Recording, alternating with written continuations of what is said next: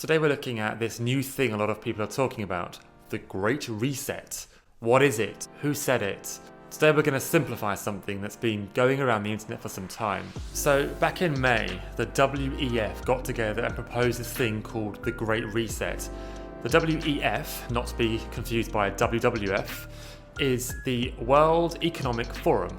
And that's basically where a lot of billionaires get together, they have a chat, they drink tea, they exchange biscuits, and they say, what can we do to make the world better for us and the other people? When you hear the word reset, you might think, well, that doesn't sound too bad, like resetting your computer or something. It's all just going to start up the same way, isn't it? The WEF even released a video voiced by Prince Charles in which they outlined their objectives for an economic change following the disastrous COVID-19 pandemic. And the WEF proposed that we use natural resources and different means of changing the world and making it better. And when it first came out in May, no one really paid attention to it, mostly because a lot of people thought that the pandemic was going to go away.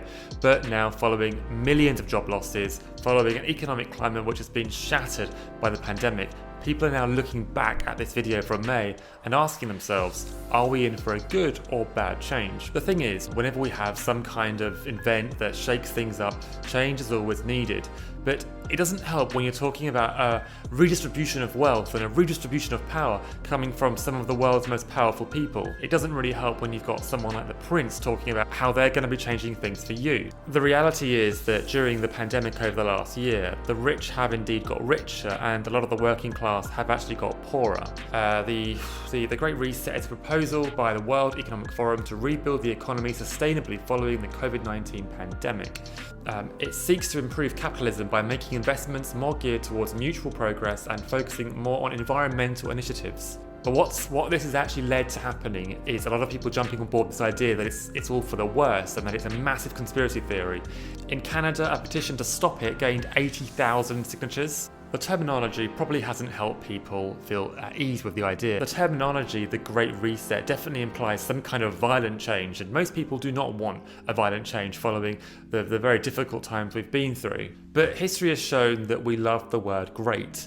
The Great War, the Great Recession. In fact, what they're proposing is nothing new. Whenever there's a significant event, policies tend to evolve around that event and they change. The idea of the shock doctrine is when something very seismic happens, everything is so shaken that is a time for politicians to take action with major policy changes that people would not normally accept. For example, after 9/11, there was a massive increase in security, a massive increase in surveillance, and also the laws around who you could detain and how long you could detain them for. I've read a lot of forums, I've watched the video, a lot of people are saying that this is now just a very open idea. It's no longer a conspiracy theory, it's the preemptive plan for a world domination by the world's billionaires.